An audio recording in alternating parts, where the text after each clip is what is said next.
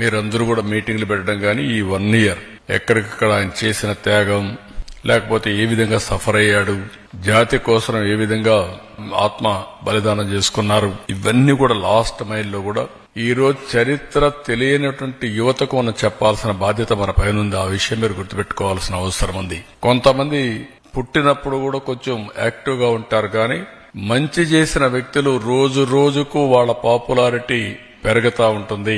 అలాంటి చరిత్రలో పుట్టినటువంటి యుగ పురుషుడు పొట్టి శ్రీరాములు గారని కూడా నేను మీకు తెలియజేస్తున్నా. దీనికోసం ఆయన మీరందరూ కూడా చాలా సామూహిక కార్యక్రమాలు చేయడానికి ముందుకు వస్తున్నారు.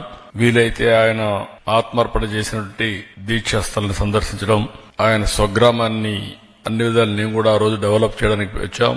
మొట్టమొదటిసారిగా మీరు చూస్తే పొట్టి శ్రీరాములు గారి పేరుతో ఒక జిల్లా పెట్టింది నేనే పెట్టాను. పొట్టి శ్రీరాములు నెల్లూరు జిల్లా పెట్టాను.